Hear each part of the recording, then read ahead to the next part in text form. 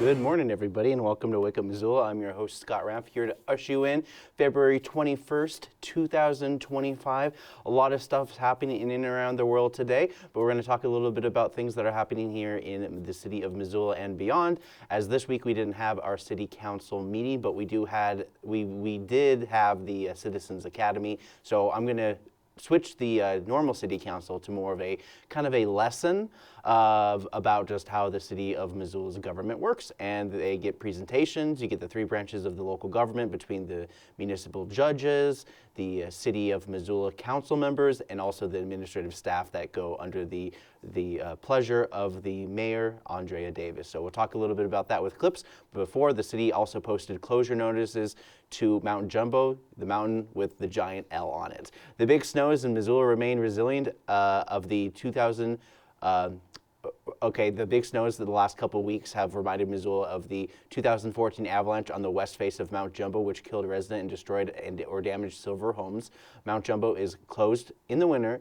This protects the approximately 100 resident elk from human interference in these winter ranges. It mitigates the danger of human-caused avalanche in the urban areas. Please respect the closures.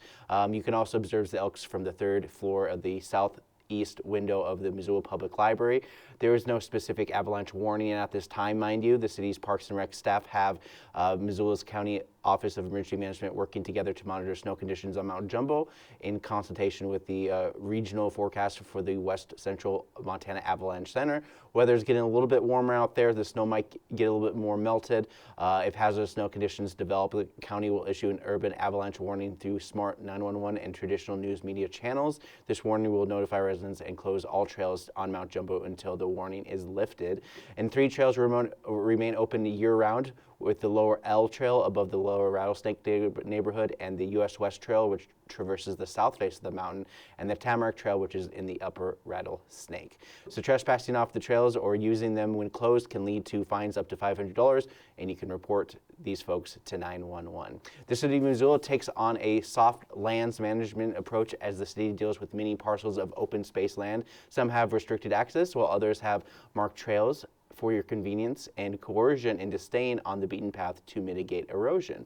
And erosion is definitely one of those things that the city is trying to navigate while they're creating the Karis Park launch pad for people, and not to mention give ADA access for people with disabilities to get river access to the Clark Fork River from Karis Park as they're developing it. At the same time, they're knocking a bunch of things off the map while trying to mitigate some of the erosion. Some folks like Morgan Valiant and Jeff Gilkhorn from the Open Space Public Lands are working in charge of the conservation efforts in Missoula. All right, so the city owns and maintains 4,200 acres of open space conservation lands and 59 miles of trails for public access. So, like I said before, we didn't have the city council this week. However, we have another series of clips from the city's local government academy. This public outreach attempt is to understand how the city of Missoula works to make Missoula livable and keep the lights on for each department, from police, fire, and public works, on top of all the committees and teams formed by the city to study and collect data for upcoming ordinances, policy changes, and land management. Mayor Andrea Davis kind of kicks us off for this particular meeting, and this is what she had to say. Local government is intriguing and it's super complex. There is a lot to what's happening here. In fact, I met with somebody today who had started out as a helpful critic, I will say, right? And he said, actually, I started doing research and I learned, wow, you really are doing X, Y, and Z. And, I think one of the things that I would love for you to take away is that you're leaning into being a responsible citizen. And to me, that means a lot. When you learn, when you take the time to engage in this, you are learning more about how not only your government works, but how your community operates. And that makes us all stronger. So thank you. Thank you for taking the time to do this. All right, and that was Andrea Davis, the mayor of Missoula, talking a lot about that. Much like how the Citizen Academy handles ride-alongs aspects of the city departments, this one is geared towards government as a whole.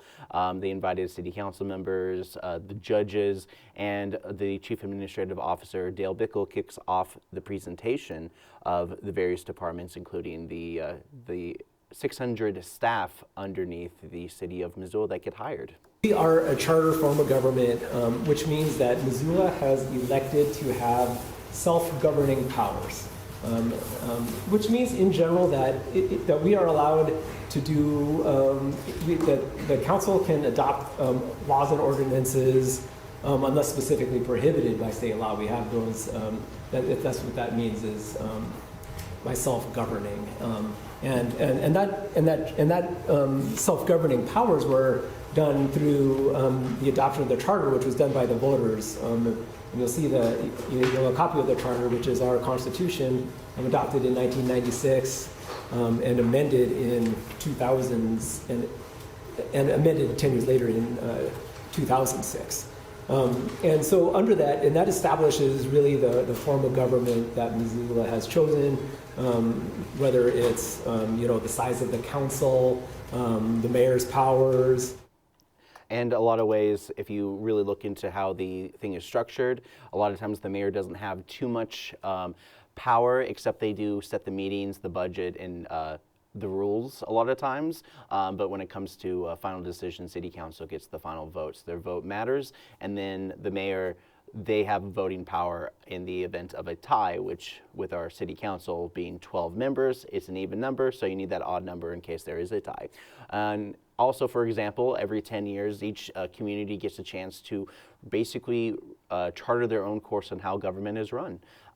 Some towns and cities have city managers who very much do what Mayor Andrea Davis does, and then they have their own commissioners or they have their own city council. But Missoula is very different compared to a lot of communities. For example, Bozeman is also going through a rigorous change in how they run their city. They have 6 commissioners which are voted all at the same time, and they represent the entirety of Bozeman rather than different wards and districts within their own community. So the mayor also sets meetings and budgets while the city acts as oversight to amend and get the final vote in the majority. Dale Bickle talks more about the basic day-to-day of his job and the city of Missoula. So it is really the day-to-day business. The mayor signs, all contracts, active in management with our senior leadership team.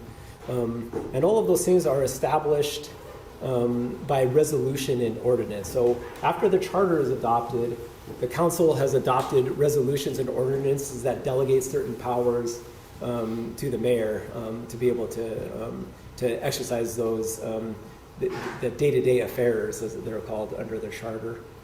The easiest example of that to describe is our procurement process, purchasing. What the council has adopted is the level of authority the mayor has to exercise her powers related to purchasing. All right. So yeah, purchasing power, balancing the budget, buying new equipment for various departments, and then the city finally approves it. Among the few requirements of the mayor themselves, they present a budget every year to be discussed in committee until their scheduled vote in August for their fiscal year of the upcoming year that starts in January. Watch out for March, because when they start doing the budget and finance committees, they start chipping away at some of the budget stuff, and that's the real way you can actually have some real impact to the city of Missoula's budget as a whole. So Dale Bickle also talks about state law and how it trickles down. Just one example off the top of my head, the state of Montana wanted to override Missoula ordinances that banned performance animals. So that's a big one that's going down the pipeline right now. You think of the broad breadth of the things we do, a lot of the laws they pass will deal with aspects of our work, whether it's how they're looking at victims to, our water quality standards and all those things. So it's a broad breadth where we track hundreds of bills. And we've had this theme, so I want to go back to our self-governing powers. There's, our citizens have chosen that Missoula should be self-governing, and that self-governing power seems to narrow every session, right? So there's a statute in MCA called actual powers denied, and every year those are things that are kind of coming on, and those are the things that we're actually looking out for too, because we, at the local government level, we're the ones closest to the people. We are trying to listen to our residents the best we can and implement those, and but every session and we have that our ability to do that ourselves gets narrower and narrower. So it's yeah, and many of the policies and things that were done in the past to help, with tax increment financing, which utilizes the commercial business taxes. So if you essentially own your own property management, those additional taxes through the urban renewal district goes towards those TIF funds. And so there's a lot of people who have a taste thinking in their mind that TIF funding is specifically from your property taxes, when in fact it's property taxes of commercial business owners, which does affect the renters of that particular site. And Missoula is definitely a heavily renter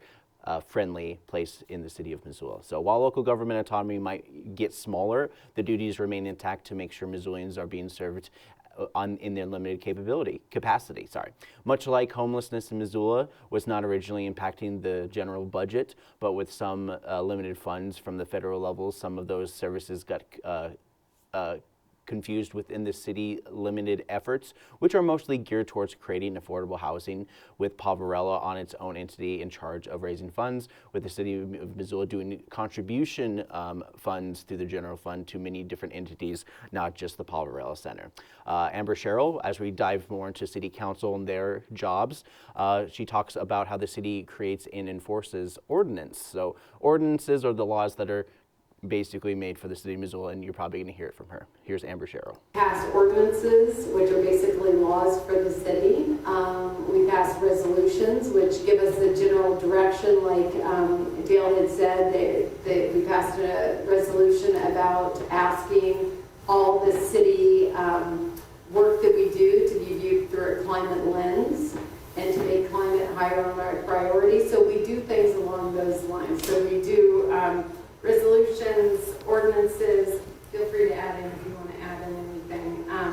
We work with staff, but we do not manage staff. And when we have new counselors come on, we regularly we have some funny stories. But all right. So yeah, that's kind of an example of kind of how the city has ordinances. Many of the ordinances do not carry jail sentences, which is a common misconception. Ordinances are essentially created to create a fining system.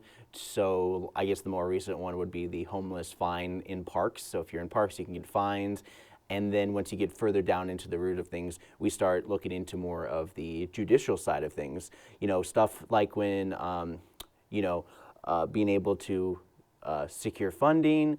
And another part of the presentation after the city council spoke about their positions and anecdotes, Jake Coolidge, Municipal Court Judge, Department 3, talks about their position throughout the city and how it relates to that. So here is one of our judges for the municipal court. Municipal courts are kind of interesting because they're what's called a court of limited jurisdiction, which is to say the type of cases they can hear is limited. And in Montana, there's essentially 3 judicial layers. There's courts of limited jurisdiction, which at the bottom have the smallest kind of piece of the jurisdictional pie.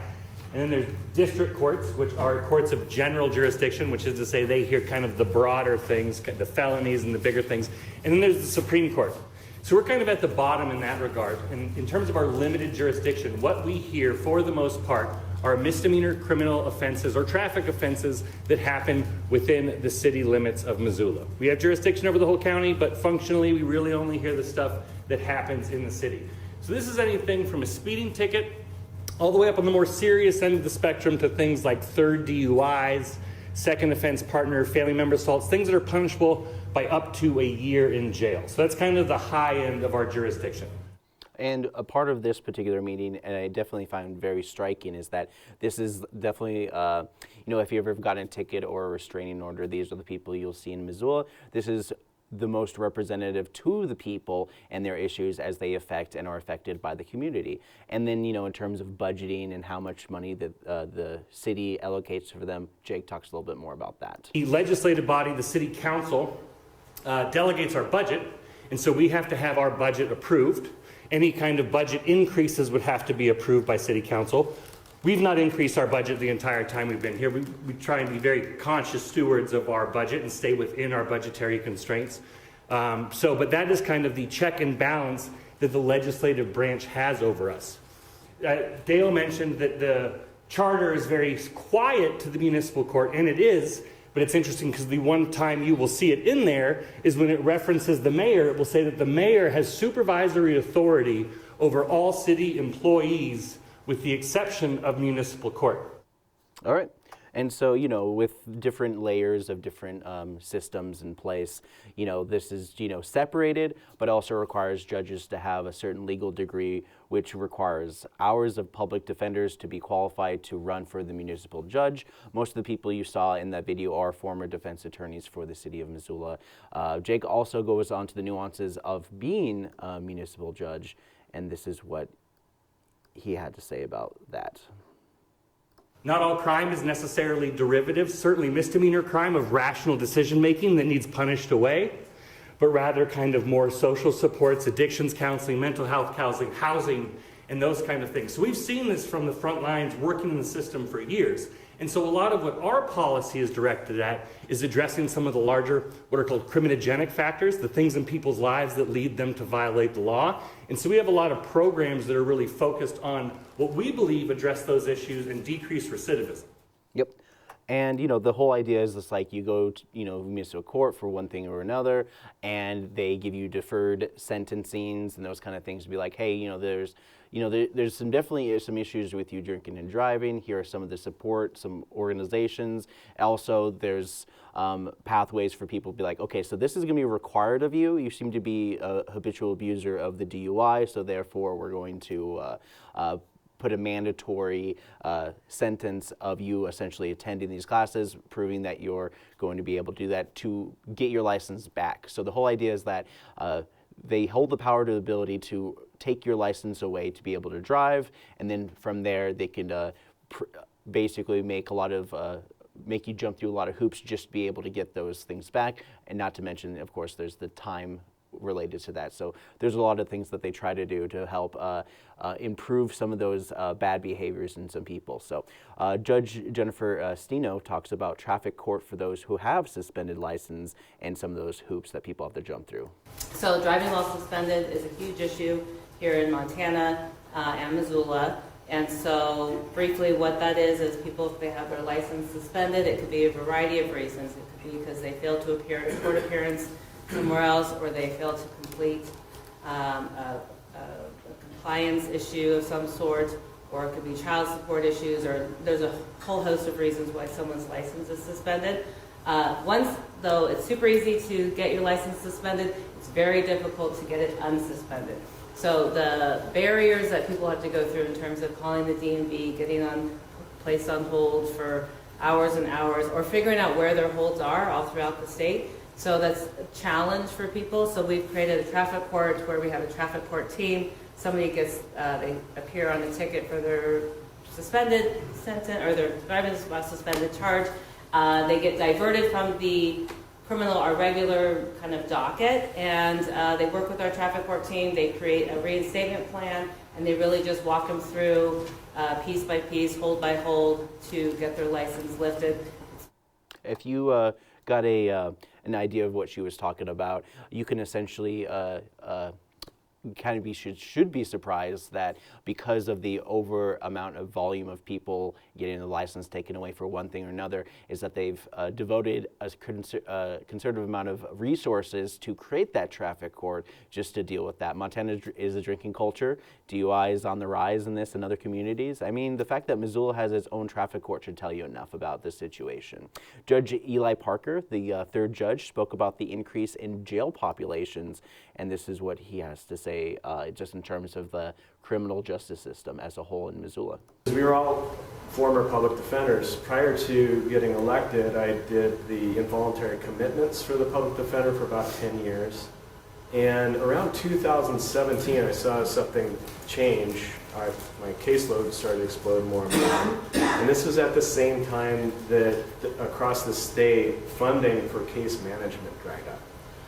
And there are reasons for that I won't go into, but with the absence of case management, all these folks in the community that really needed somebody there to help them make their appointments or get them to a doctor if medication wasn't working properly, or just be somebody in their life that helps them organize their life.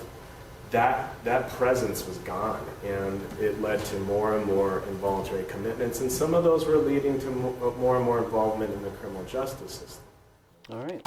And so that pretty much talks about some of the issues with the justice system. Just a lot of resources aren't going to a lot of those extra work to help people show up on time for their particular court hearings. You know, I've looked into some of the JR roster, and the prevailing factor seems to be failure to appear in court. Tends to make some of those smaller charges much worse, as they tend to lock people up for this particular thing that they do or not do. Mind you, paying a ticket doesn't always require a court date, but a deadline to show up on those days provided for you to show up, check in, and wait your turn.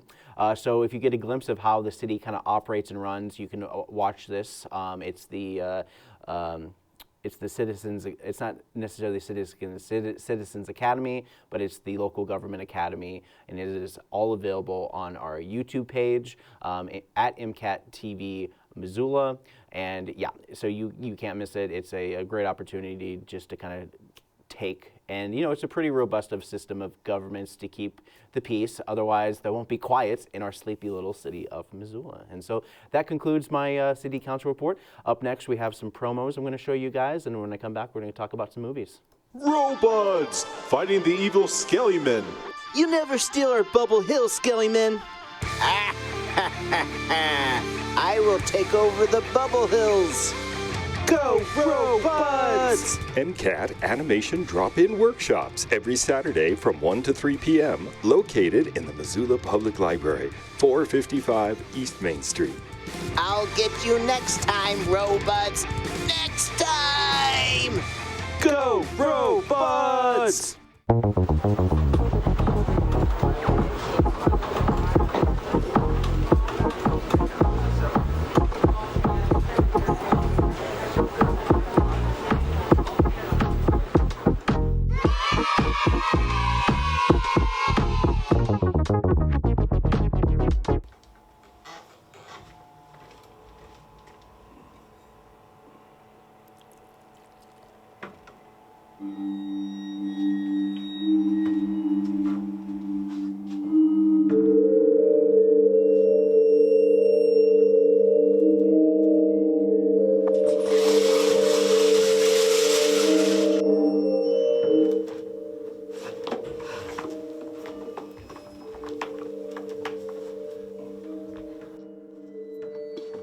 You thought we were done?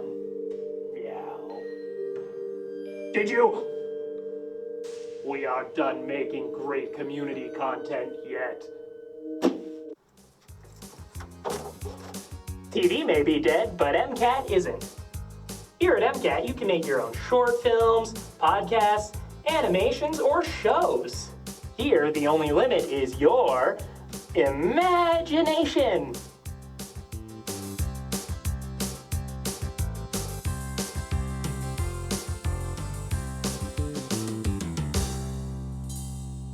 All right, we are back. Let's talk about some movies that are coming out this week. And kicking things off is a Stephen King adaptation of a book. Yet another adaptation follows the forces of nature in the form of a toy symbol monkey who causes misfortune to all who cross its path.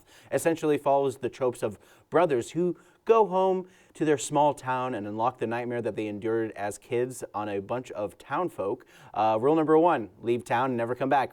Rule number 2, repeat rule 1.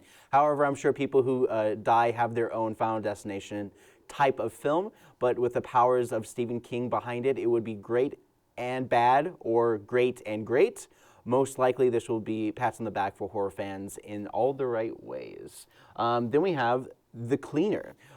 She was just a normal window cleaner for a building that holds lots of money and or power, you know. But anyways, a group of terrorists, wait, they're just doing a Die Hard. Essentially, but unlike the NYPD officer who is in a way over his head, she's the best of the best. Special ops, whatever you name it, just a lot of floofy words to make her be able to hold her own against a larger enemy in this story that kind of gets in over her head, but is also able to turn the tables that turn on her to get the bad guy to probably fall into great height because they're in a giant skyscraper. And everyone thanking her along the way with that friend on the radio telling her what what, where, and how to get to places inside the building, just like Die Hard. I mean, it doesn't have to be original, but, you know, Die Hard's been basically ripping off Die Hard since forever, and, you know, they just changed the location. It's kind of like the same thing for most of the stuff. So you really can't, you know, everyone kind of does their own kind of version of Die Hard, and even Die Hard probably stole from another Die Hard. But regardless, moving on, The Unbreakable Boy. Every year there's always one of those kind of young kids who cannot do anything, but has the strong will and an adult presence enters their life to begin to open them up to more things than they were able to see. And I'm assuming this will have a happy ending. As a kid of the 90s, I'm pretty nihilistic because most of the movies of that time had deaths of main disabled kids. They killed a lot of disabled kids in the 90s. It was ridiculous. Here's 3 examples. The Mighty, which basically had one of the Culkin brothers stand on the shoulders of a big kid who had trouble talking, but the little kid had like the brains and the guy had the bronze, and they just put him on top of the kid. He dies. And then there's another one where there's a kid who has dwarfism, and, you know, it's Simon Birch. And that one's, you know, where the one with the little kid cracks the baseball, and the baseball hits his best friend's mother and kills her. So yeah, there's a lot of messed up things happen in that movie. But he doesn't die because of his disability. He dies saving a bunch of kids from in a drowned thing. But regardless, there's another one called The Cure, which also has a kid who has AIDS, but also dies in the end as well. So a lot of spoilers, a lot of things happening there. The whole idea there, there's just a lot of weird things, but I assume The Unbreakable Boy means his spirit, and that's the kind of tearjerker movie you can bring your kids to and maybe traumatize them, just like the 90s kids. All right, moving on, we have we have a new dub and stuff. I think I've done this before, but this is from the 1952 movie Deadline USA with Humphrey Bogart. So without further ado, here is a new dub and stuff, and when I come back, we're going to talk about some events and other things happening. Yeah, so I was walking down the street today, and some kid called me based. You know what that means? Okay. Okay, I'm just trying to make conversation. Do you think the name Chattanooga is made up? Well, I guess all names are made up when you think about it. You know, I, for one, like towns that are made up of, names of people, like Blacksmith or Armstrong, and all sorts of kinds of names for towns. But Chattanooga, I wonder what name they got that one from. Well, I better head to bed. You coming soon? Huh? Okay, give me the silent treatment. Smoke your little cigarettes. I see if I care. I just have a lot on my mind. I'm sure you can understand. Well, sometimes people just don't like to talk about math and science and such. Some people like to talk about, current events and all sorts of things that are happening in the news. Sure, it might not be good news, but... Oh, what do you think about Charles over here? Seems a little homoerotic, if I say so. Well, we are Homo sapiens, and so I guess it makes sense to have a picture of a man next to my bed. Huh, now that I say it out loud, maybe I should get rid of it. But nah, I'm not going to get rid of it. It's been there for a while. I'm kind of used to it. My dust has settled. Weren't you the one that told me that dust is just dead skin cells floating? And that's why I wash the sheets at least once a week. Well, you should probably do it more than once a week, knowing my skin tone. I know you don't like hearing about my dry skin. At this point, nothing surprises me. Well, boredom is the pathway to imagination. Maybe you could take up writing or whatever again. Maybe a bunch of short stories with me and the other housewives. Well, as long as you don't pick Donna, she likes using the word "and then" to tell stories over and over again. And then this happened, and then I like Donna. Well, yeah, she lives an interesting life. It's just... her storytelling abilities is just terrible. Yes, perhaps you're right, but I'm going to do what I can. Well, good luck putting lipstick on that pig. Okay, I'm going to tuck you in. I'm going to go to bed in a little bit. Oh, okay. Old George will keep you company in this picture. Now, don't you touch George. He's very important to me. He keeps the monsters at bay.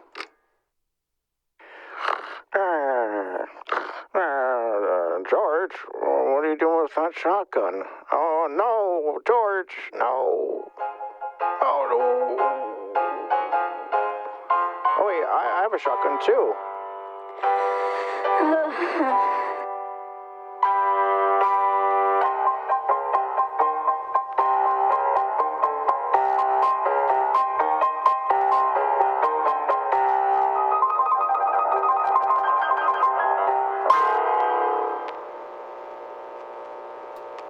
we are back. You know, the thing that always bothered me about that particular dub and stuff was the fact that Humphrey Bogart's character had like a picture, a framed picture of a guy just on his mantle, just like sitting there, and his wife just goes to sit on the couch. Regardless, all right, moving on. I usually don't like to comment on them. I like to move right on to the next thing. All right, so let's talk about some things that are happening in and around the city of Missoula as the February 21st and the weekend of warming temperatures returns to Missoula. The snow is a sheetrock, and here are some of the events happening in and around Missoula, starting with the regulars. You got stroller strides, Mommy Me workout classes at Bonner Park every day from starting at 9:30 a.m. in Bonner Park. You got family fun time at Mismo Gymnastics starting at 10 a.m. Missoula Food Bank meal distribution, 10 a.m. Missoula Food Bank, great access to locally food. Tiny Tales every Friday at 10:30 a.m. Preschool playgroup, which is the indoor gym fun at Roots Acro Sports Center, just like Mismo Gymnastics. Jeez, like as soon as I start doing events, I start hiccuping and coughing like crazy. It's so stupid. But lunch at the Missoula Senior Center, 10:30 a.m. And they also have a Paul Varela Center luncheon around that same time for folks that are looking for access to food. Watercolor and yarns every Friday at the 4th floor of the Missoula Public Library. Watercolor and yarns. It's a drop-in. You can do some watercoloring or some stitching, crocheting, make your own clothes, or make your own paintings. All Abilities Art Club at Base. This is for people with Americans with Disabilities to be able to be a part of a group gathering every Friday at 1 p.m. Lego Club also is here at the Public Library at 2:30 p.m. every Friday. From Scratch series, here's some of the things as we're going to talk about the Lifelong Learning Center. If you're ever curious about making more food from scratch in your own kitchen, and salad dressing, ketchup, mayonnaise, brown sugar, and other kitchen staples from scratch, it's simpler than you might think. The certified nutritional health coach for a new and exciting classroom series that will teach you how to make an assortment of kitchen staples from start to finish. You'll learn about health, taste, and cost benefits of making certain foods from simple ingredients compared to the store-bought ones online. All cooking enthusiasts and experienced lovers are welcome, and it's a one-time class. So it's all about the gimmicky stuff that you guys can do, the tips and trips. There's tips and tricks that you guys can do, and this is part of the Lifelong Learning Center. And Lifelong Learning Center I'm definitely a big advocate for them in many ways, just by indirectly, just because they're a nice class for people who are not really into going into a full enrollment in a school, but just to be able to pick and choose their class. The For Immeasurable Retreat. This is at Namak Retreat Ranch in Hot Springs. This is for wannabe Buddhists to get away for a couple days in this weekend retreat led by beloved meditation teacher Lama Chovoy. Participants will be introduced in these ancient teachings in a contemporary context. The retreat will focus on meditation practices and around each of the 4 qualities mentioned in the Metta Sutra. So that's going to happen at 5:30 p.m. It's going to be a weekend in Hot Springs. Some fun stuff like that. As we go into the night, here's some bands and some things that are happening to entertain you as you're going out and about in the downtown Missoula area. Starting at 7 p.m. at Craig and Sam Public House. 3 Dog Mike will be playing music there. Tom Catmull is going to be at Imagination Brewing Company starting at 7 p.m. Way Down North is going to be playing some bluegrass music at the Old Post starting at 7 p.m. Stand-up comedy at Wraith Studios at 7:30 p.m. They usually have open mics on Sundays, but sometimes they have specialty comedy nights. Skate or Die. Monk's Bar is being turned into kind of like a skate park down in their basement, and so they're going to be doing some DJ music and skating along those lines starting Friday at 8 p.m. Jace Beagle Karaoke at the Dark Horse Bar at 9 p.m. Mudslide Charlie is going to be performing their music at Union Club tonight at 9 p.m. Ski Tour is playing at the Top Hat, and they're an electronic music group. And as we jump into Saturdays, as always, we have the Saturday Winter Valley Missoula Valley Winter Market every Saturday at 9 p.m. at the Southgate Mall. Then there's Sensory Friendly Hour at the Butterfly House. Butterfly House is a staple here in the city of Missoula, and they basically do these sensory friendly hours for people who want a nice quiet place to be and have butterflies that have their normal release dates at 11 a.m. English as a second language. This is a class that's put on by the Missoula Public Library to help those who are in conjunction with Soft Landing Missoula. creating biochar workshops. This is Missoula Urban Demonstration Project on Saturday at 10 a.m. 10 a.m. Dress warm because it's going to be fairly outdoors, and so they're going to teach you how to make biochar or charcoal. The final product can be used for many purposes, whether you want to add it to your garden to naturalize acidity, improve water retention, or throw it into the forge for blacksmithing. They'll transform old boards into this useful carbon-rich material. This workshop will take place at Bad Goat Forest Products, which is 1301 Scott Street, Suite B.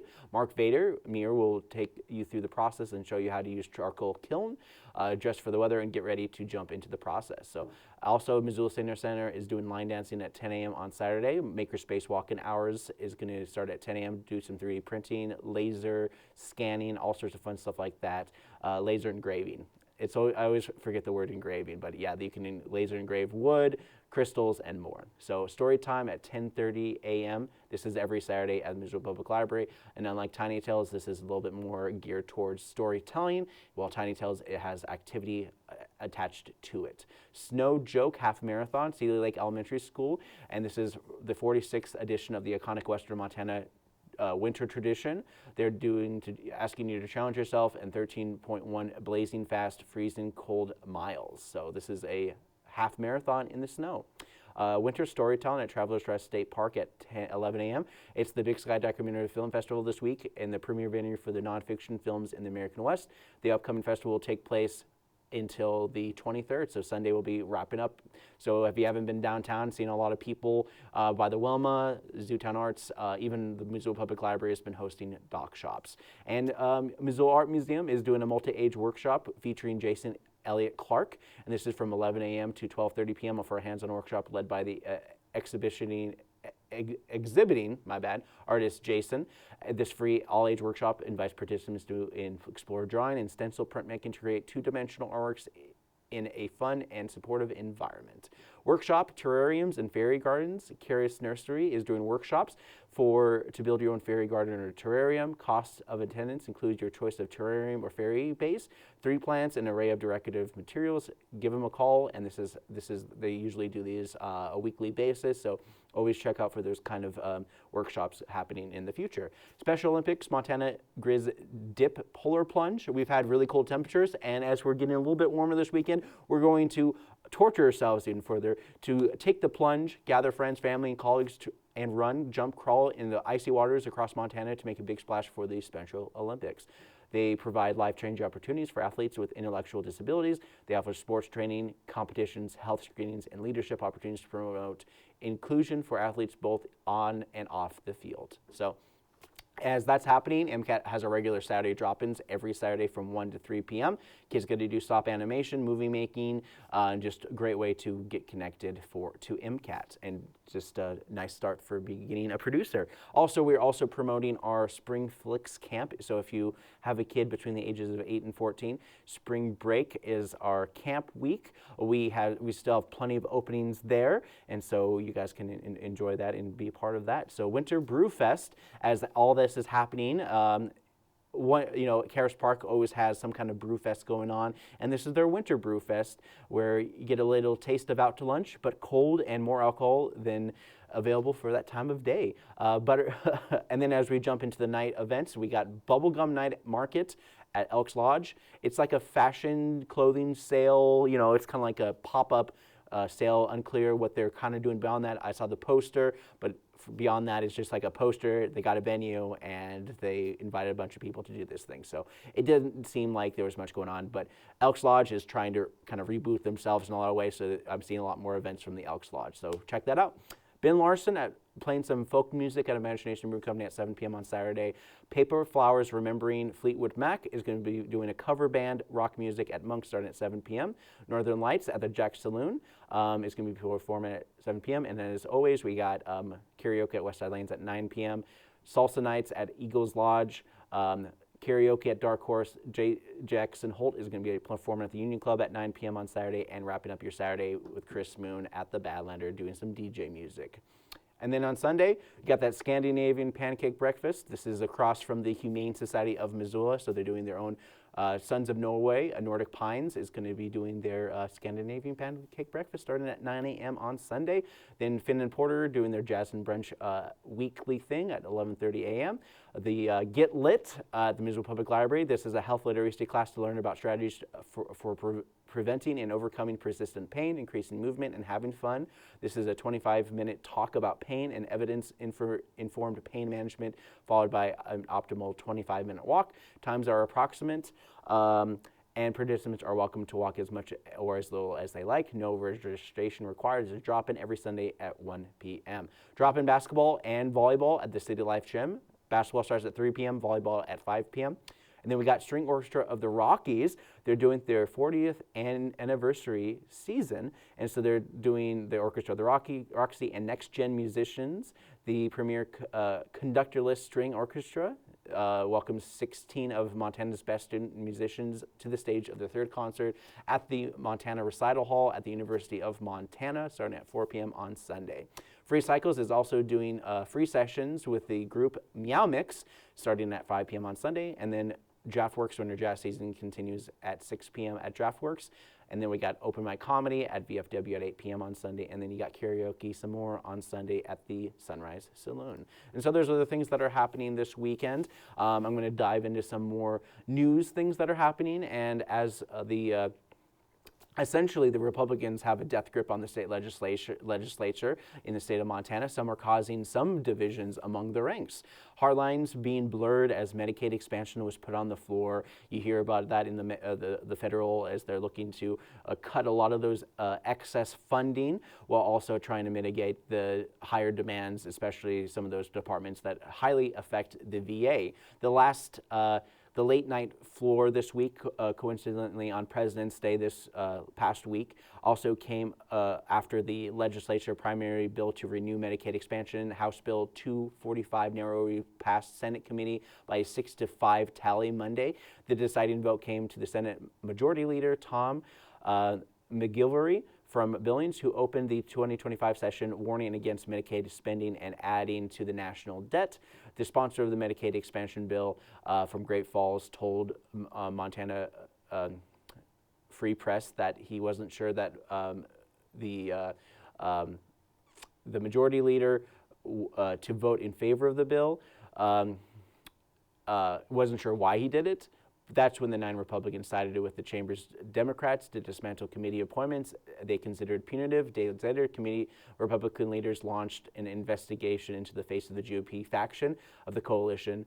So on Monday after 8 p.m., a lot of Republicans who have often joined Democrats were conspicuously passed over when Senator Teresa Manzella from Hamilton began distributing slices of a pizza to surrounding lawmakers and not them. Being denied pizza at a pizza party, a fate worse than death. More on state laws coming out of the work is a tourism tax. And unlike a sales tax, which is kind of like a political death sentence for the state of Montana, this would effectively use extra money garnished by tourists through HB 489, which technically does that. The tax of 4% on things like restaurant meals, cabin rentals would go on to offset property taxes, bills for primary residents, and help renters as proposed. 90% of money to stay in the county or consolidated city-county that approved the tax, 9.75% to counties or consolidated governments that aren't levying the tax, such as rural communities. They're supposed to be used to defray administrative costs. The Daily Montana reported that there is an untapped $5 billion,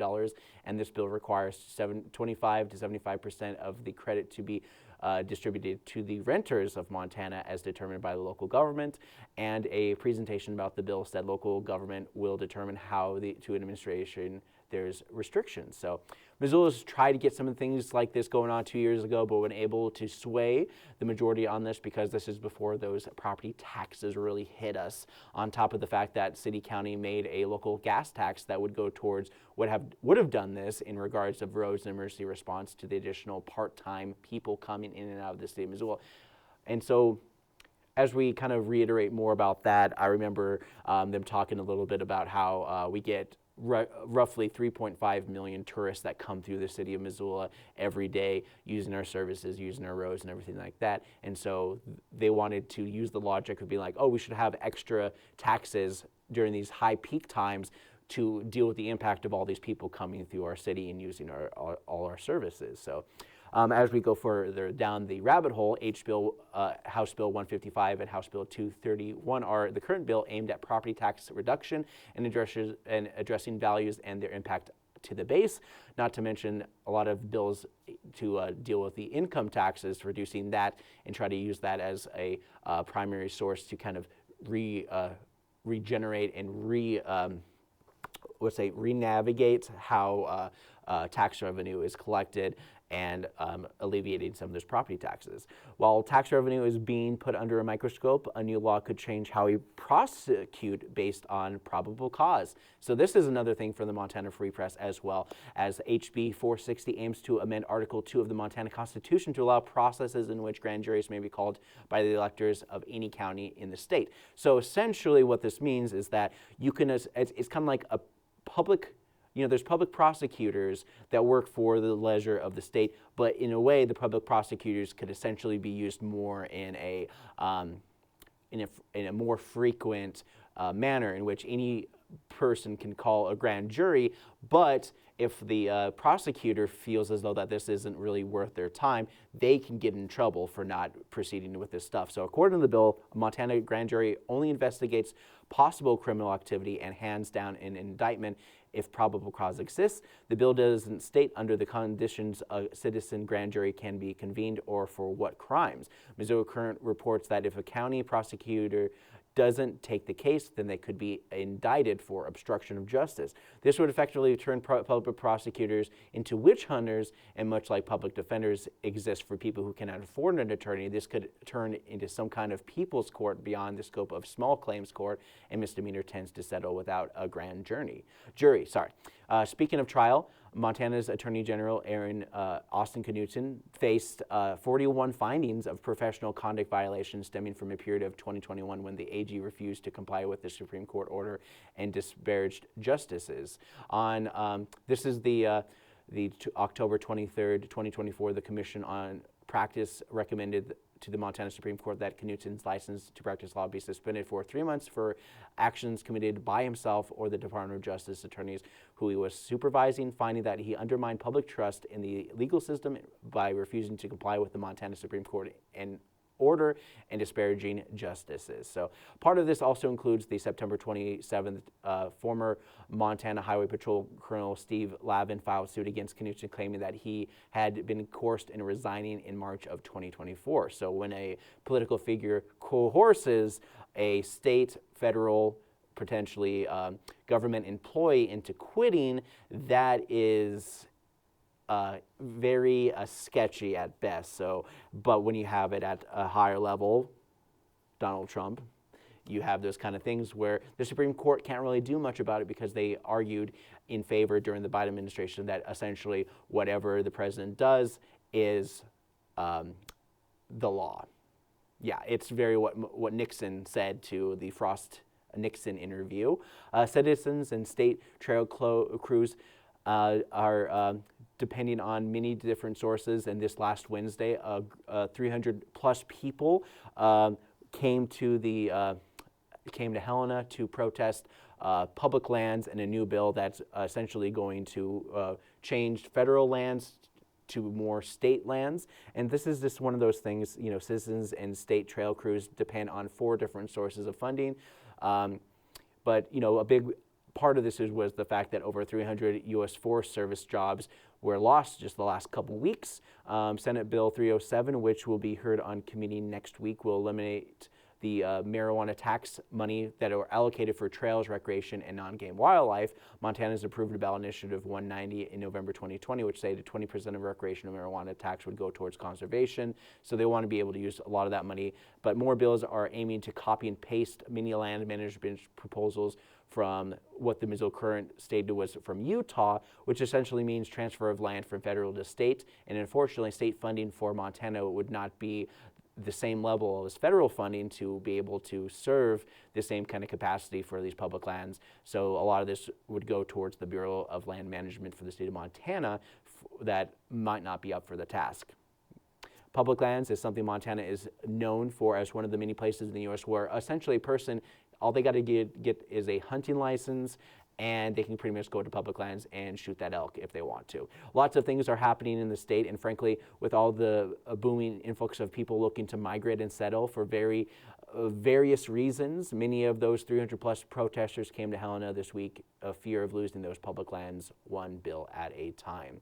All right, so that's pretty much the news and everything that you need to know that's happening in and around the city of Missoula and how the state legislature might affect a lot of those things coming down the pipeline. There's definitely a lot of news, definitely a lot of things happening.